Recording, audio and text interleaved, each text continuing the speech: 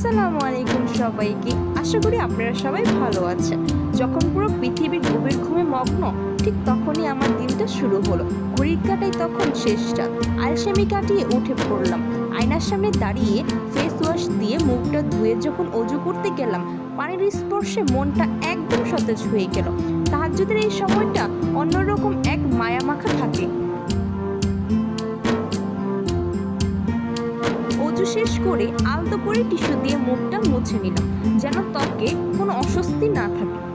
এরপর শান্তি মনে হিজাবটা পরে জানামাজে দাঁড়িয়ে গেলাম। এই নীরবতায় আল্লাহর সাথে কথা বলার শান্তিটাই আলাদা। নামাজ শেষ করে একে একে সবাইকে ডেকে তুললাম। তারপর চলে গেলাম রান্নাঘরে আম্মুকে একটু সাহায্য করতে। সবাই মিলে একসাথে টেবিলে বসলাম খাবার খেতে। ভোরের এই সময়টাতে পরিবারের সবার সাথে বসে খাওয়ার আনন্দটাই আলাদা। খাওয়া শেষ করে ব্রাশ করতে করতে বাইরে গিয়ে দাঁড়ালাম। বাইরের ঠান্ডা বাতাসটা যেন সব ক্লান্তি দূর করে দিচ্ছিল। তাকিয়ে দেখি রাতের আকাশের চাঁদটা আজ কি ভীষণ সুন্দর লাগছে। মনে হচ্ছিল যেন চাঁদটা আমার সাথে গল্প করছে। চাঁদ দেখা শেষ করে আবার ওয়াশরুমে গেলাম ফ্রেশ হতে, কারণ সামনেই ফজর। তাই আবার অজু করে নিলাম। মুখ মুছে এবার ছোট করে নিজের একটু যত্ন নেওয়া। আমি খুব বেশি কিছু মাখি না।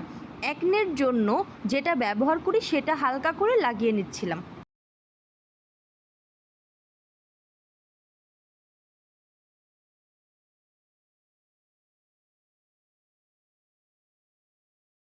হালকা করে একটু লিপ গ্লসও দিয়ে নিচ্ছিলাম, যেন লিপ ফেটে না যায়।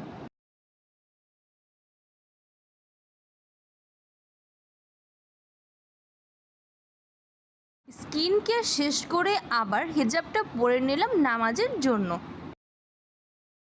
আজান দেওয়ার আর কিছুক্ষণ বাকি ছিল, তাই তাড়াহুড়া করে আমি পানি খেয়ে নিলাম। এর মধ্যেই আজান দিয়ে দিল আর আমি তৈরি হয়ে গেলাম ফজরের নামাজের জন্য। আমার আজকের ভোরটা এভাবেই কাটলো। আপনারা সবাই ভালো থাকবেন, সুস্থ থাকবেন। আজ এই পর্যন্তই। আসসালামু আলাইকুম।